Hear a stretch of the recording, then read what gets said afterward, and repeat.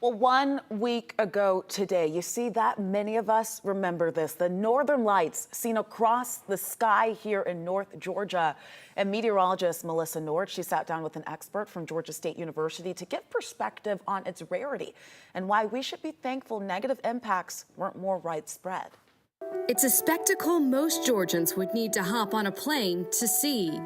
Aurora Borealis was seen as far south as the Caribbean, thanks to the strongest solar storm to hit the Earth in more than 2 decades. Pete Martins, professor of astrophysics, explains huge explosions of plasma and magnetic field erupt from the sun, known as coronal mass ejections. When they arrive at Earth's outer atmosphere, they impact atoms and molecules. And as they are ionized, and then they recombine again, and they emit light, photons.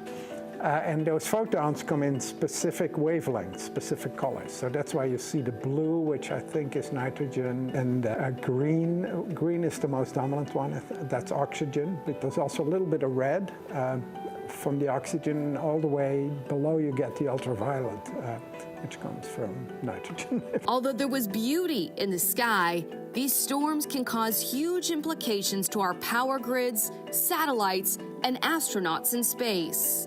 They can be impacted by these high energy radiation, which can cause cancer and in the worst case, just kill you right away. So we want to protect those astronauts. You can't stop the radiation, but you can tell them to go inside the spacecraft, which gives a huge protection. The sun goes through solar cycles every 11 years. This cycle is expected to peak in 2025. If you didn't get to see the northern lights this go around, there's no guarantee, though, we'll have that opportunity again. This it goes all the way down to maybe once per solar cycle.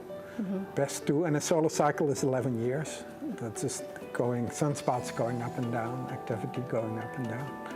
So this is rare. Dr. Martin says although the sun is very active right now, it's hard to predict when another solar storm of this magnitude will have a path directed straight at Earth. One could happen, but also... Or it may not happen, such a big event. Meteorologist Melissa Nord, 11 Alive News.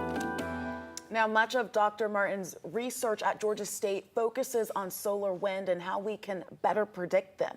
In a worst-case scenario, a storm strong enough to wipe out the entire U.S. power grid could happen.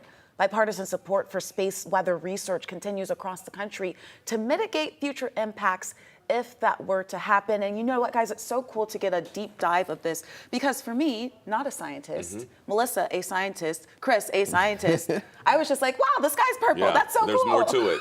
Yeah, you know, and that's what most people saw, just the pretty colors in the sky and the rarity of it. But there's a lot going on there in the atmosphere that can impact other things. So I'm so glad Melissa explained that. Did y'all see it at all? Yes. Yeah, it was like around a week ago today. Yeah, And it was a week Melissa ago yelled, today. she was like, we can't see it, everybody go outside. So we all ran outside and it Yeah. was, you could see it actually better on your phone for whatever reason, right. with Yeah. the long exposure. Yeah, I was Here. out of town, so I missed it. I cannot believe that I missed it.